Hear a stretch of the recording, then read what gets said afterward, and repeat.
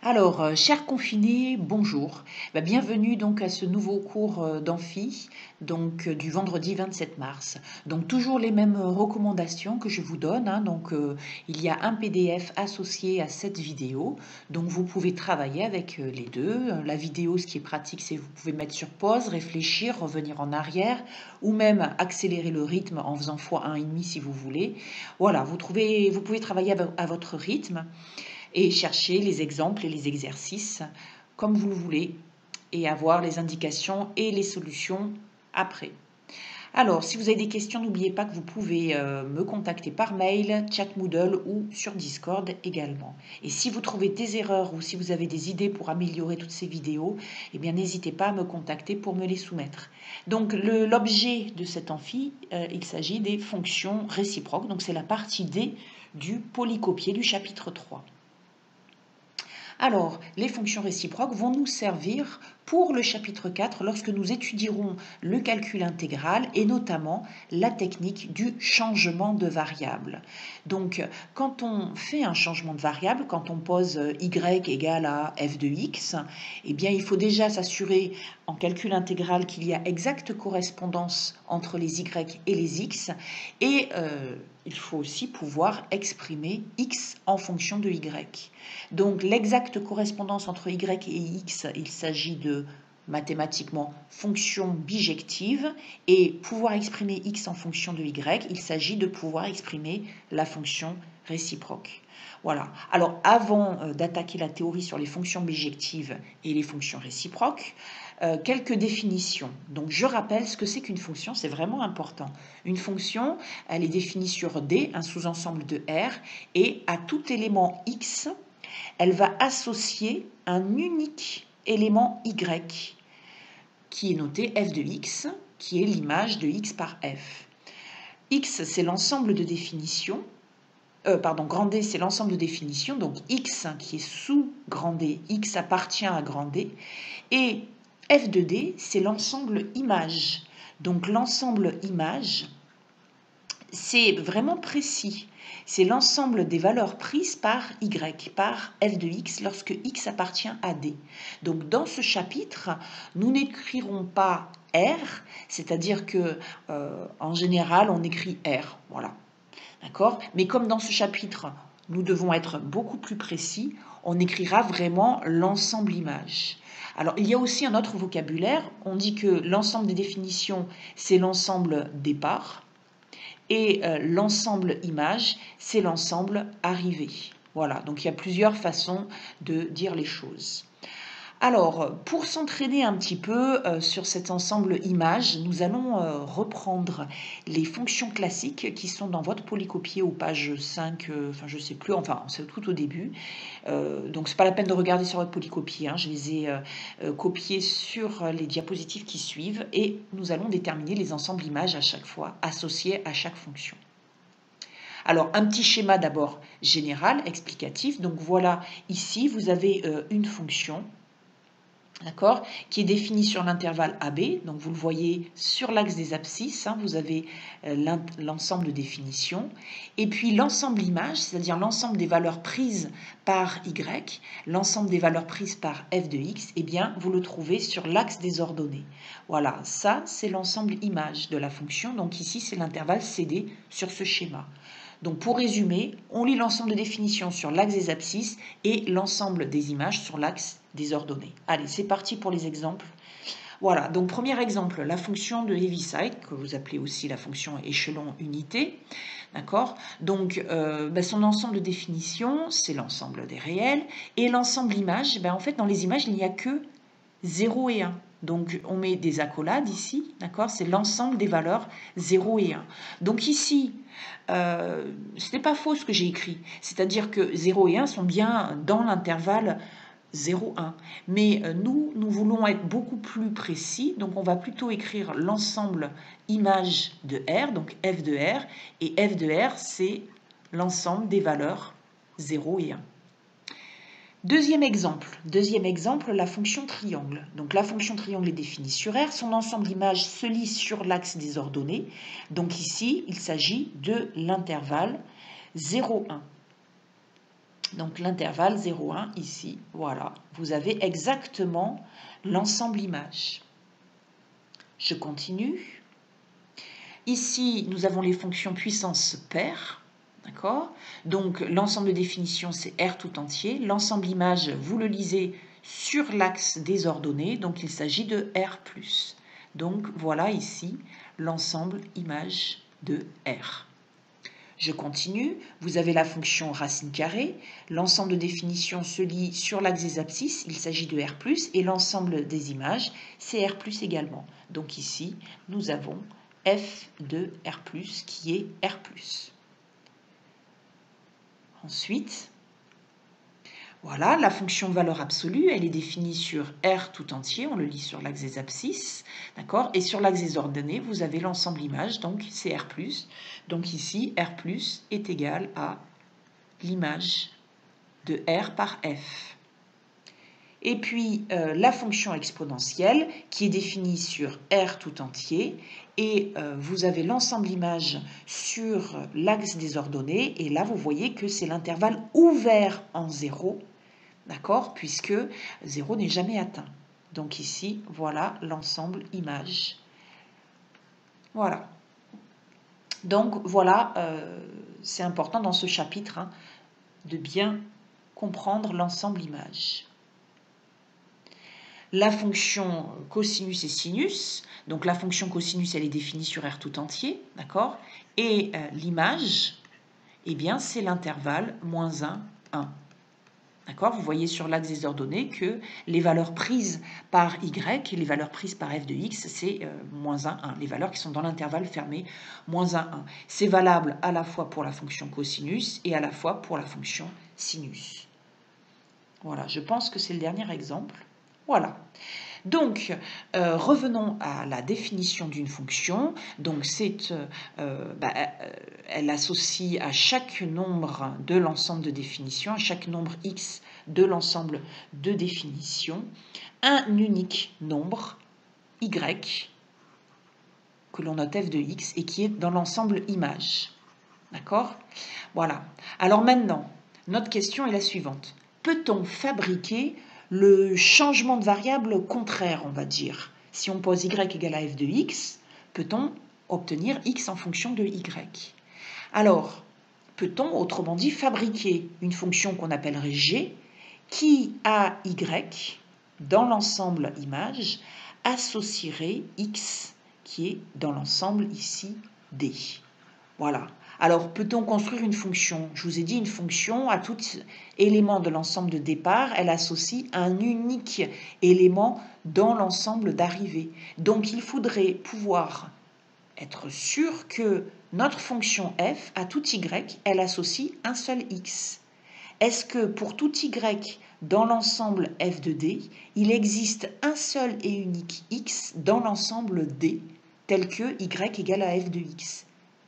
Si c'est le cas, à ce moment-là, je peux fabriquer ma fonction g, qui sera alors appelée fonction réciproque de f.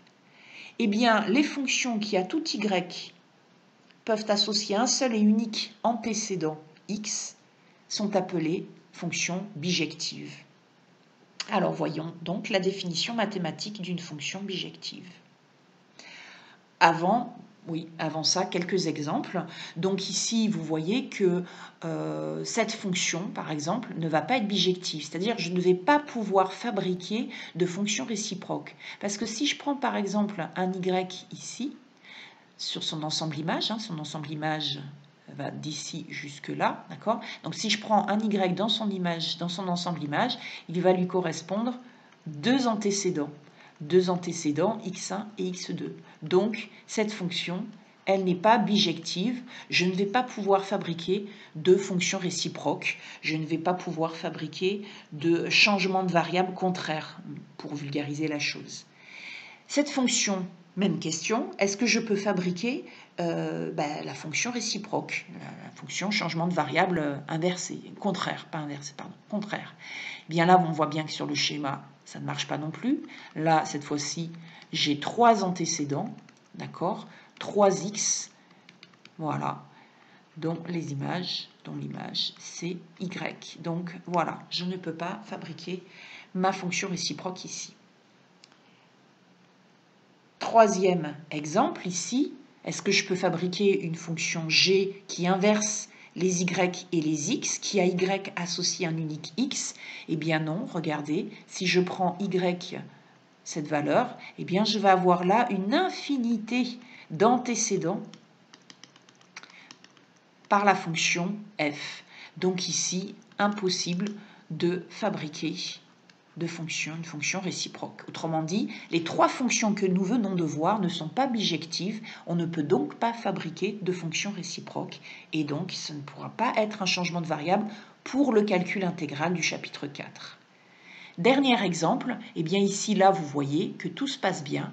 À chaque y de l'ensemble d'arrivée, à chaque y dans f de t, il correspond un seul et unique antécédent. Et donc, je vais pouvoir fabriquer la fonction g qui, à tout y, va associer un seul et unique x. Donc là, oui, ça marche. La fonction est dite bijective et je vais pouvoir fabriquer sa fonction réciproque. Alors, allons-y pour la définition. Qu'est-ce qu'une fonction bijective sur D? Alors, c'est une fonction qui vérifie... Oh là là, qu'est-ce que ça veut dire tout ça? Eh bien, en fait, c'est ce qu'on appelle en mathématiques des quantificateurs. Vous voyez, pour tout, il existe un unique tel que. Alors, on va d'abord voir la phrase en français. Donc, une fonction est bijective sur D lorsque pour tout y élément de l'image, de l'ensemble image, il existe un seul et unique x élément de l'ensemble de définition, tel que y égale à f de x. Alors maintenant, voyons pas à pas les quantificateurs. Oups, pardon, j'ai perdu ma page. Voilà. Voyons pas à pas les quantificateurs.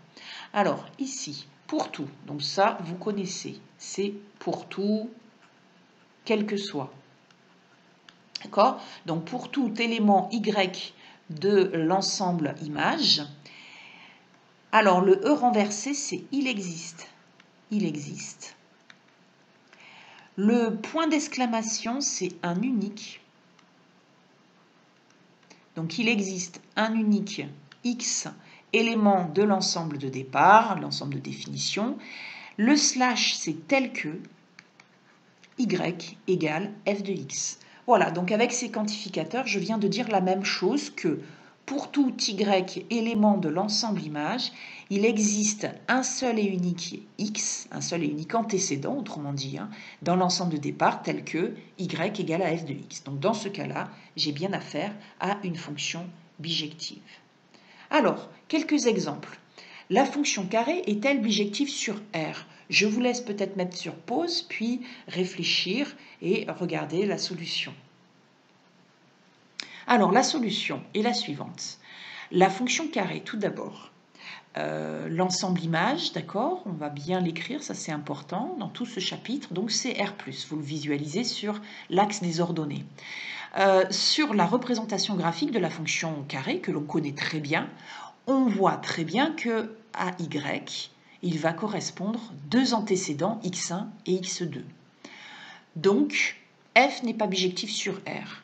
Alors, quand on dit que f n'est pas bijectif sur R, pour le démontrer, on utilise un contre-exemple. Qu'est-ce que ça veut dire un contre-exemple? Je rappelle la définition d'une fonction bijective. Une fonction est bijective sur D lorsque, pour tout y dans l'ensemble image, il existe un seul et unique x, tel que y égale à f de x. Pour tout. Donc si nous, on veut montrer que f n'est pas bijective, on va chercher un y pour lequel on trouve non pas un seul antécédent, mais plusieurs antécédents. Au moins un. D'accord? Donc ici, c'est le cas. C'est ce qu'on appelle un contre-exemple. Donc le contre-exemple, c'est y égale 4 possède deux antécédents, moins 2 et 2.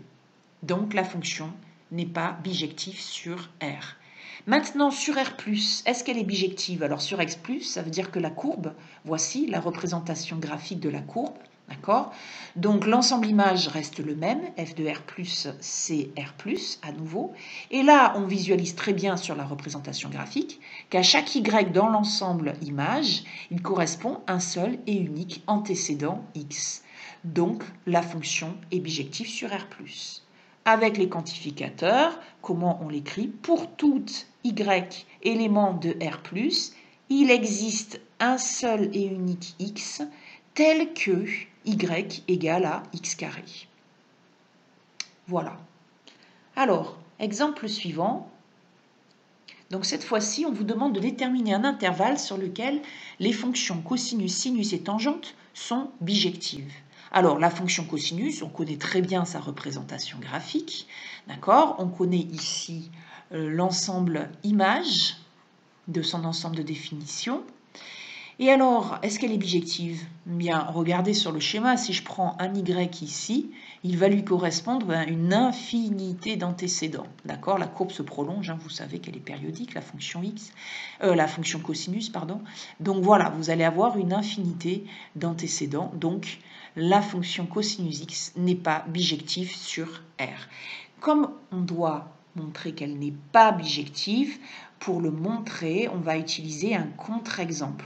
Alors, vous prenez 1 par exemple, voilà, y égale à 1, vous savez qu'il y a une infinité d'angles dont le cosinus est égal à 1. Oups, j'ai fait une erreur ici, donc c'est 2 capis, tous les 2 capis, hein, d'accord. Voilà. Alors, maintenant, on nous demande déterminer un intervalle sur lequel le cosinus est bijective. Alors regardez sur le schéma, alors on a le choix, hein, plein de choix possibles. Hein. On va choisir, par exemple, alors attendez, hop, oui, je suis bien dans le... Voilà, par exemple, on va choisir l'intervalle 0π, c'est ça, c'est ce que j'ai choisi. Allez, hop, l'intervalle 0π. Effectivement, sur l'intervalle 0π, vous voyez que à chaque y sur l'ensemble image moins 1, hein, c'est toujours moins 1, l'ensemble image, ça c'est f de l'intervalle 0π, il correspond à un seul et unique antécédent. Voilà, donc elle est bijective car pour tout y dans moins 1, il existe un unique x dans 0π tel que y égale à cos x. Alors j'aurais pu choisir un autre intervalle, hein. J'aurais pu choisir l'intervalle moins pi 0 ou encore pi 2π ou encore moins 2π moins pi. Voilà, je n'ai que l'embarras du choix. Juste ici, au niveau de la notation, vous avez vu, j'ai écrit cos et en indice, ça c'est en indice, hein, slash l'intervalle 0π. Ça veut dire que la fonction cosinus est restreinte à l'intervalle 0π. C'est comme ça qu'on note en mathématiques. Quand on veut restreindre une fonction qui est définie sur R à un intervalle. Donc là, c'est la fonction cos restreinte à l'intervalle 0π, E-I-N-T-E, hein. Voilà, à l'intervalle 0π. Voilà. Allez, je vous laisse maintenant mettre sur pause et regarder pour les fonctions sinus et tangentes, puis mettre sur play pour avoir la solution. Alors, la solution. Donc, la fonction sinus sur R, comme pour la fonction cosinus, elle n'est pas bijective. D'accord? Donc, ici, pour choisir un intervalle sur lequel elle est bijective, eh bien, nous n'avons que l'embarras du choix. Et en fait, nous, qu'est-ce qu'on a choisi? J'ai choisi l'intervalle moins pi sur 2, pi sur 2. Voilà. Sur cet intervalle, sur cet intervalle, à tout y, il va correspondre un seul et unique antécédent x. À tout y de l'ensemble image. D'accord? Donc l'ensemble image ici, c'est moins 1, 1. Donc ça, c'est l'image de l'intervalle moins pi sur 2 par la fonction f. Donc elle est bijective car pour tout y dans l'ensemble image, il existe un unique x dans l'ensemble de départ tel que y égale sinus x. Ici, à nouveau, la même notation, sinus et en indice, slash, moins pi sur 2, pi sur 2. Ça veut dire que la fonction sinus est restreinte à l'intervalle moins pi sur 2, pi sur 2. Pour la fonction tangente, pareil, hein, elle est périodique, donc elle ne va pas être bijective forcément sur son ensemble de définition, qui est R privé de pi sur 2 plus kpi. Donc moi j'ai choisi ici l'intervalle ouvert, moins pi sur 2, pi sur 2. J'aurais pu choisir aussi l'intervalle ouvert, pi sur 2, 3 pi sur 2, ou l'intervalle, enfin voilà. D'accord? Donc il y a une infinité de possibilités ici. Donc j'ai choisi moi cet intervalle-là. L'ensemble image, c'est R tout entier, hein, vous voyez sur l'axe des ordonnées. Voilà. Et donc elle est bijective parce que, vous le visualisez très bien sur le graphe, pour tout y de l'ensemble R, dans l'ensemble image, il existe un seul et unique x dans l'intervalle moins pi sur 2 ouvert. Voilà donc pour les exemples de fonctions bijectives. Alors certes, depuis le début, je vous parle de fonctions bijectives, mais de fonctions classiques dont on connaît la représentation graphique. Par exemple, x carré, on sait qu'il s'agit d'une parabole. Les fonctions cosinus et sinus, on connaît très bien leur représentation graphique. Que se passe-t-il quand on ne connaît pas la représentation graphique de la fonction? Eh bien, pour déterminer si elle est bijective, nous allons utiliser un théorème qui s'appelle le théorème de bijection. Et pour cela, il va falloir étudier la fonction. Alors, voilà le fameux théorème de bijection. Donc, le théorème de bijection vous dit... Alors, déjà, oui, c'est vrai que je n'ai pas écrit ça dans l'énoncé. Oups, pardon. Qu'il s'agit du théorème... Oups, c'est en rouge, c'est pas terrible en rouge. Le théorème de bijection. D'accord? Donc, ça, c'est le théorème. Ça s'appelle le théorème de bijection. Alors, qu'est-ce qu'il vous dit, le théorème de bijection? Eh bien, pour déterminer si une fonction est bijective, par exemple, on peut utiliser ce théorème. Toute fonction continue et strictement monotone sur son ensemble de définitions est bijective sur son ensemble de définitions. Voilà, toute fonction continue est strictement monotone, strictement croissante ou strictement décroissante sur D et bijectif sur D. Donc, je vais reprendre les exemples précédents. Vous savez, tout au début de ce chapitre, j'avais ces 4 exemples et j'en ajoute un. Alors, premier exemple, vous vous rappelez, on a vu que ici, cette fonction n'est pas bijective. À tout y de l'ensemble image, il correspond 2 antécédents. Effectivement, elle n'est pas monotone. D'accord? Elle est continue, mais elle n'est pas monotone.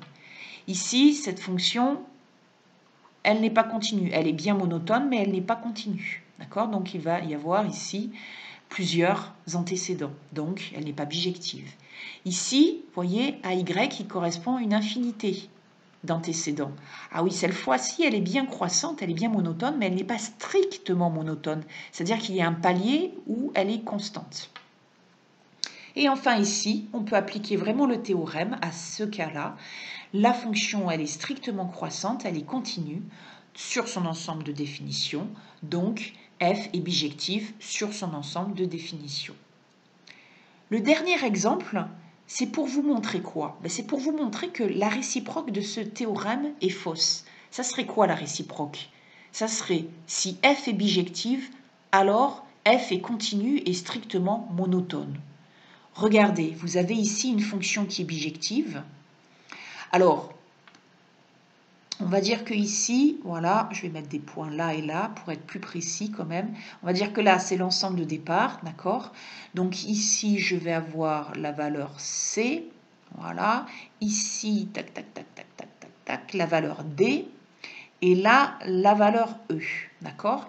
Donc cette fonction f, son ensemble de définitions qui se trouve sur l'axe des abscisses, c'est AB, c'est l'intervalle AB, et l'ensemble image, c'est l'intervalle AC ouvert en C, union, l'intervalle DE fermé, d'accord? Voilà, et à x, elle associe y. Donc vous voyez qu'elle est bijective, puisque à tout y, si je prends n'importe quel... Hop, ici, voilà, je vais le mettre en bleu. Voilà, si je prends n'importe quel y ici, d'accord, il va correspondre un seul et unique antécédent dans l'ensemble de départ. Si je prends un autre y dans l'ensemble image, il correspond un seul et unique antécédent. Si je prends un autre y ici, voilà, il va correspondre un seul et unique antécédent dans l'ensemble de départ. Et pourtant cette fonction, eh bien cette fonction, elle n'est ni continue, ni monotone. Donc attention, ce théorème, il est bien pratique, mais la réciproque est fausse. Autrement dit, vous pouvez très bien avoir une fonction bijective, mais qui ne vérifie pas les hypothèses. Par contre, si les deux hypothèses sont vérifiées, alors vous avez affaire à une fonction bijective sur son ensemble de définitions. Par exemple, vous allez mettre sur pause et étudier la fonction racine carrée de x moins 1, le tout au carré. Ensemble de définitions, dérivation, et puis tableau de variation. Et vous allez déterminer si elle est bijective sur son ensemble de définitions et éventuellement, si elle ne l'est pas, déterminer un intervalle sur lequel elle est bijective. Je vous laisse mettre sur pause et réfléchir. Allez, moi je mets sur play. Alors, voyons voir ici, donc notre fonction, hop, hop, voilà. Peut-être une autre couleur, ça sera mieux celle-là. Allez, hop, c'est parti. Alors, la fonction racine carrée de x moins 1 au carré. Donc, son ensemble de définition, c'est R+, à cause de la racine carrée. On dérive. Ça fait la dérivée de u au carré, d'accord? Donc, ça, c'est 2u'. Donc, u', la dérivée de racine carrée de x moins 1, c'est donc 1 sur 2 racine carrée de x. Voilà, après ça fait 0, d'accord? Fois u, donc racine carrée de x moins 1. On simplifie par 2 ici, et on peut écrire qu'il s'agit de racine carrée de x moins 1, le tout sur racine carrée de x. Racine carrée de x au dénominateur est toujours positif. Je rappelle que x, cette fois-ci, est strictement positif, d'accord? R+, c'est l'intervalle fermé en 0, 0 plus l'infini, d'accord? Mais là, à partir du moment où on dérive et qu'on a du racine de x au dénominateur, le nouvel ensemble de définition, l'ensemble de définition de f' en tout cas, c'est R plus étoile. Voilà, donc il nous reste à étudier le signe de racine carrée de x moins 1. Donc racine carrée de x moins 1 est positif ou nul. Si et seulement si, et bien là, on le voit très bien sur le schéma. Racine carrée, si jamais là, vous avez racine de 1 ici, d'accord? Eh bien, est positif. Voilà. Racine de x est supérieure à, tac, racine de 1, si et seulement si, x est supérieur à 1. Voilà, ok, bien. Voilà, donc ici, x est supérieur ou égal à 1. Donc la dérivée, oups, petite erreur ici, la dérivée de f est positive ou nulle si et seulement si x est supérieur ou égal à 1. Donc le tableau de variation, bon les limites elles sont pas compliquées, en 0 ça fait racine de 0, 0 moins 1 au carré, donc ça fait 1. En 1 ça fait 0, et en plus l'infini, ben, ça tend vers plus l'infini, d'accord? Alors on visualise très bien que f n'est pas bijective sur l'intervalle de son ensemble de définitions 0 plus l'infini. Pourquoi? Eh bien, attention, si vous dites, si vous le justifiez, le fait qu'elle n'est pas bijective, il faut donner un contre-exemple. Donc ici, on voit sur le tableau de variation que vous allez avoir ici 1 aussi, entre 0 et 1. La fonction, elle est continue. Racine de x est continue, le tout au carré, c'est encore une composée de fonctions continues. Donc, la fonction f est continue. Donc ici, forcément, dans les y, on va avoir un 1. Alors, ça correspond à quelle valeur? Bon, là, il faut réfléchir un peu. Ici, on doit avoir 1, donc 2, donc racine carrée de 4. Voilà, ça fait 2 moins 1, d'accord? Donc ici, voilà. Donc, on a deux antécédents pour y égale à 1. Voilà. Donc, la fonction n'est pas bijective sur R+. Alors, ensuite, on vous demandait de déterminer un intervalle sur lequel elle est bijective. Là, vous en avez, vous le voyez très bien sur le tableau de variation, c'est ça qui est bien pratique. Sur 0,1, la fonction, elle est strictement décroissante et continue. Comme je l'ai expliqué tout à l'heure, racine de x est continue. On compose avec la fonction carré qui est continue, donc ça donne une fonction continue. Et vous avez également, si vous le souhaitez, l'autre intervalle, donc 1 plus l'infini, puisqu'elle est strictement croissante et continue. Allez, on écrit ça. Voilà, donc f est bijectif sur 0,1, car d'après le théorème de bijection, f est strictement décroissante et continue sur 0,1. Voilà. D'accord? Donc ici, on a bien écrit l'ensemble image. Alors l'ensemble image, on le trouve dans le tableau de variation. Regardez, si je reviens en arrière, l'ensemble image de 0,1, il se trouve ici, l'ensemble image. Attention à bien mettre dans l'ordre. C'est un intervalle.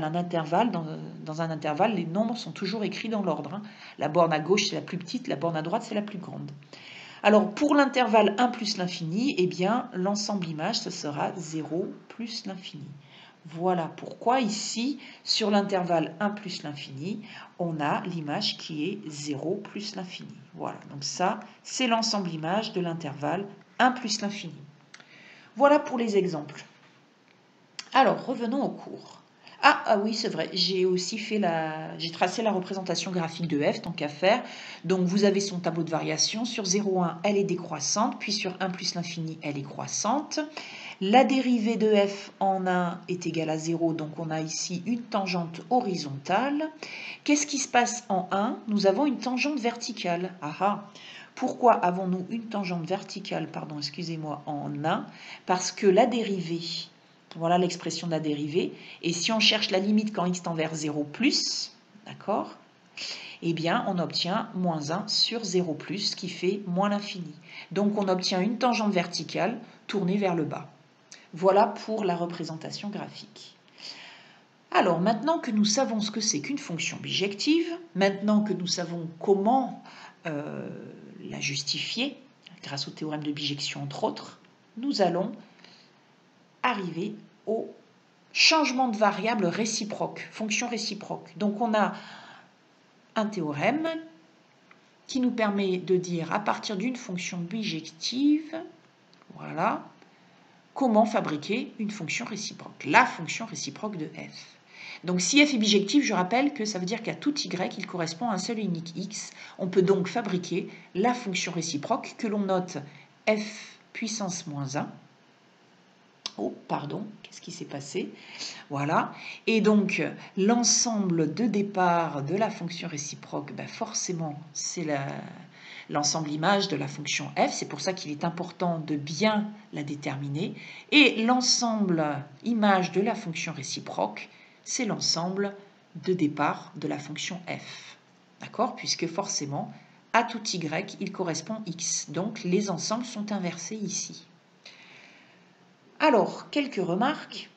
Ici, pour tout x élément de l'ensemble de départ, de l'ensemble de définition, f-1 rond f de x est égal à x. Et pour tout y dans l'ensemble image, f rond f-1, tiens là il y a un moins qui manque, pardon, hop, voilà, de y est égal à y. Alors, si vous n'êtes pas trop familier avec cette notation rond, en fait c'est tout simple. f-1 rond f de x, qu'est-ce que c'est? Eh bien c'est f-1 appliqué à f de x, d'accord? Donc ici, vous voyez que f de x, c'est quoi f de x? F de x, c'est y, d'accord? Donc ici, on remplace f de x par y, et f-1 de y, eh bien f-1 de y, c'est x. Voilà pourquoi on retrouve x. Pareil pour f rond f-1 de y, c'est f appliqué à f-1 de y. f-1 de y, c'est x, d'accord? Et f de x, c'est y. Voilà. Alors, deuxième remarque, on vous dit les courbes représentant f et sa fonction réciproque sont symétriques l'une de l'autre par rapport à la droite d'équation y égale x. Eh bien, nous allons le démontrer sur le schéma suivant. Alors, ici, vous avez la courbe représentant f de x. D'accord? Donc, à tout y, il correspond à un seul et unique antécédent. Elle est bijective, donc on va pouvoir construire la courbe représentant sa fonction réciproque. Pour vous expliquer comment faire, en fait, pour vous expliquer surtout pourquoi c'est la symétrique de la courbe représentant f par rapport à la droite d'équation y égale x. Je vais vous expliquer déjà comment on construit le point de coordonnées y, x, parce que c'est ça en fait. La courbe représentant f, tous les points qui sont sur cette courbe ont pour coordonnées x, y, x, f de x, d'accord? Et la courbe représentant f-1, les abscisses et les ordonnées vont être inversées. Et pour inverser les abscisses et les ordonnées, on utilise la droite d'équation y égale x. Regardez, par exemple, ici, j'ai mon y. Je veux le faire passer sur l'axe des abscisses, d'accord? Donc, comment je fais?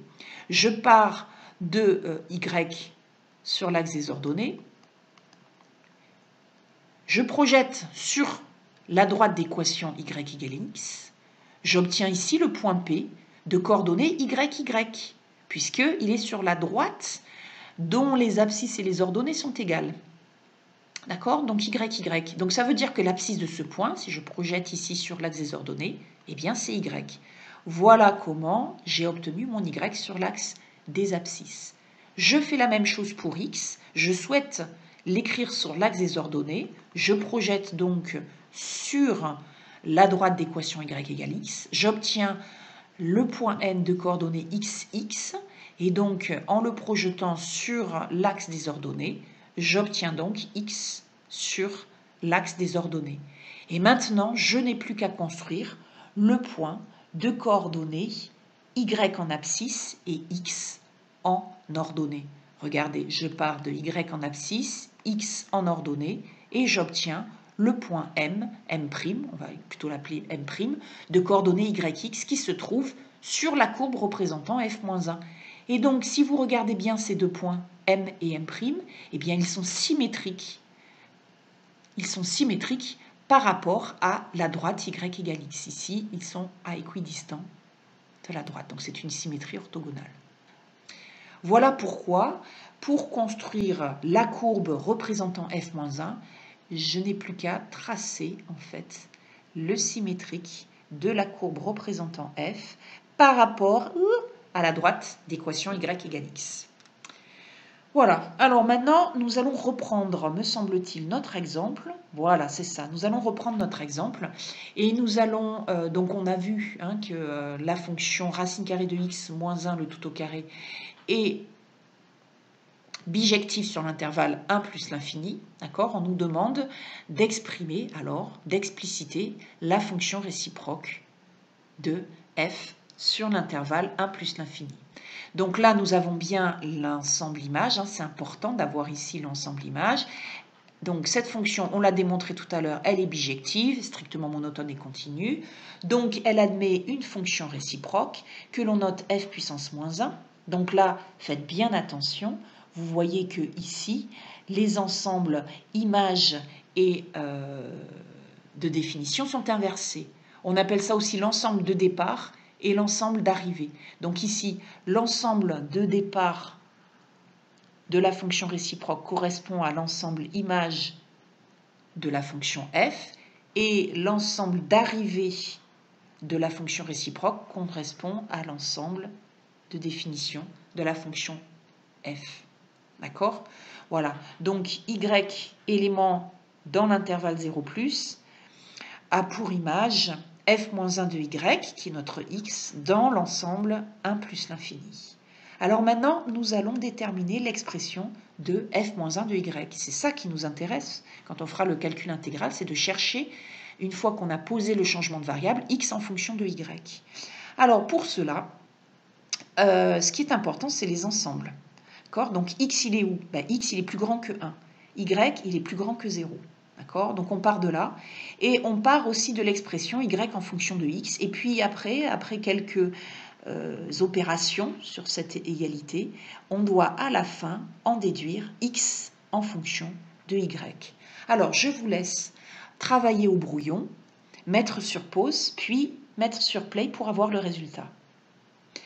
Alors voilà, donc c'est ce que je vous disais, donc nous partons de x et de y, éléments de l'intervalle 1 plus l'infini respectivement et 0 plus l'infini, et y en fonction de x. Donc on cherche à isoler petit à petit notre x pour à la fin l'exprimer en fonction de y. Donc pour cela, le carré nous embête, donc on va tout élever à la racine carrée. Alors faites bien attention, vous avez la racine carrée d'un carré. Attention, formule. La racine carrée d'un carré, en fait, c'est la valeur absolue de x. Et valeur absolue de x, c'est x si x est positif, et c'est l'opposé de x si x est négatif. Donc ici, tout ça, ça donne valeur absolue de racine carrée de x moins 1. Mais les valeurs absolues nous gênent, il va falloir les enlever. Pour les enlever, il nous faut donc étudier le signe de grand X. Et grand X ici, c'est racine carrée de x moins 1. D'accord? Donc, il nous faut étudier le signe de racine carrée de x moins 1. Si on trouve que racine carrée de x moins 1 est positif, alors valeur absolue de racine carrée de x moins 1 sera égale à racine carrée de x moins 1. Et si jamais on trouve que le signe de racine carrée de x moins 1 est négatif, alors les valeurs absolues de racine carrée de x moins 1 va être égale à moins racine carrée de x plus 1. Alors ici, ce qui va être important, c'est ce que je vous disais tout à l'heure, d'accord? Voilà, on sait que x est dans l'intervalle 1 plus l'infini, donc x est plus grand que 1. Alors, racine carrée de x est plus grand que 1, et donc racine carrée de x moins 1 est positif. Nous pouvons donc enlever les valeurs absolues sans faire d'erreur. Alors, je vous rappelle que nous cherchons x en fonction de y. Donc, hop, on ajoute 1 aux deux membres de cette égalité, et on obtient donc racine carrée de x égale à racine de y plus 1. Nous n'avons plus qu'à élever le tout à la carré, au carré, pardon. Racine carrée de x au carré, c'est x. Et donc, voici l'expression de la fonction réciproque de f pour tout x supérieur ou égal à 1 et y supérieur ou égal à 0. Voilà, donc voilà l'expression. Nous avons ici explicité notre fonction réciproque. Alors, maintenant, la représentation graphique de la fonction réciproque. Donc ici, vous vous rappelez tout à l'heure, nous avions la représentation graphique de f, voilà, mais nous l'avons ici uniquement tracée sur l'intervalle 1 plus l'infini, d'accord? Puisque la fonction f est bijective sur 1 plus l'infini. Et maintenant, sur cet intervalle, nous allons chercher la fonction réciproque de f. Donc on trace la droite d'équation y égale à x, puis le symétrique, la symétrie orthogonale de la courbe représentant f par rapport à la droite y égale à x. Alors vous voyez ici le point de coordonnées 1, 0 correspond sur la courbe représentant f-1 au point de coordonnées 0, 1. La tangente horizontale sur la courbe représentant f a pour symétrie tangente verticale sur la courbe représentant f-1. Alors maintenant, nous allons passer à la partie suivante. À l'exercice suivant. Donc cette fois-ci, nous allons travailler avec la fonction que vous connaissez très bien, la fonction exponentielle. Déterminer si elle existe la fonction réciproque de f, puis la représenter graphiquement. Alors, retrouvez alors la dérivée de la fonction logarithme népérien. Allez, c'est parti. Donc, la fonction exponentielle, donc vous savez qu'elle est définie sur R, que son ensemble image, c'est l'intervalle 0 plus l'infini. Vous vous rappelez qu'il y a une asymptote du côté de moins l'infini. Voilà, donc ici, votre fonction exponentielle qui est bijective. On le voit graphiquement, puis on peut aussi utiliser le théorème de bijection. La fonction exponentielle est continue et strictement croissante sur R, donc elle est bijective et elle admet une fonction réciproque. La fonction réciproque, donc ici, vous allez avoir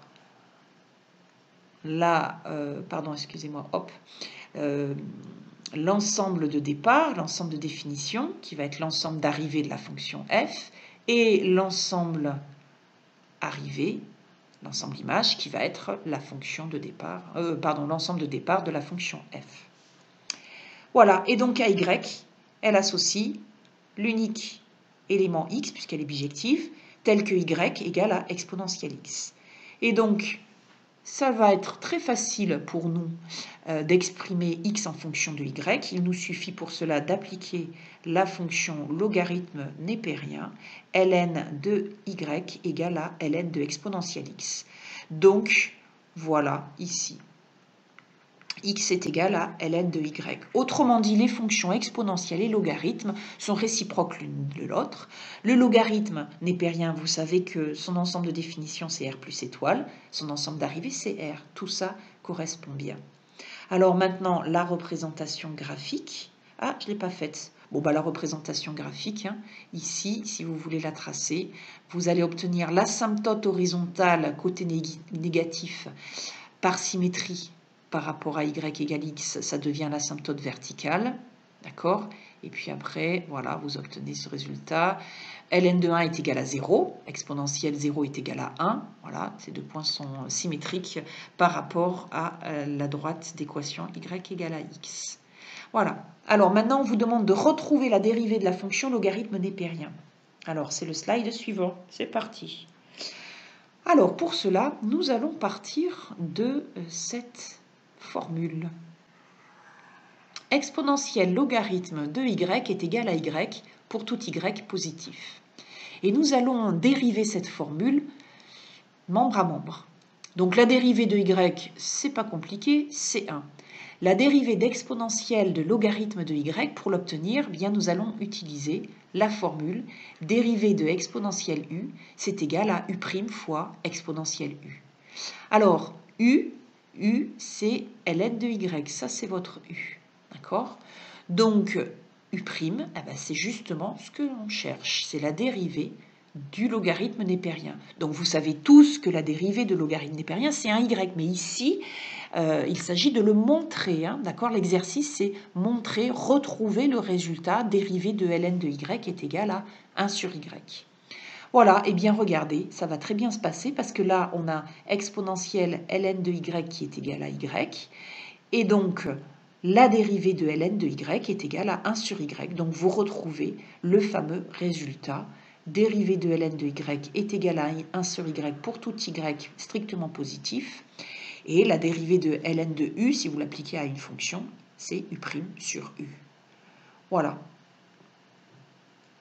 Alors, maintenant, la représentation graphique, ah bah tiens, je l'avais faite. Voilà, j'oublie ce que je fais. Voilà, donc je vous l'ai expliqué tout à l'heure, hein, donc l'asymptote horizontale par symétrie devient asymptote verticale, le point de coordonnées 1, 0 a pour image le point de coordonnées 0, 1, etc. Alors maintenant, nous allons travailler sur les fonctions réciproques des fonctions trigonométriques. Alors, là, je pense que je vais faire une autre vidéo pour éviter les problèmes de streaming ou de téléchargement. Donc, à bientôt pour la deuxième partie.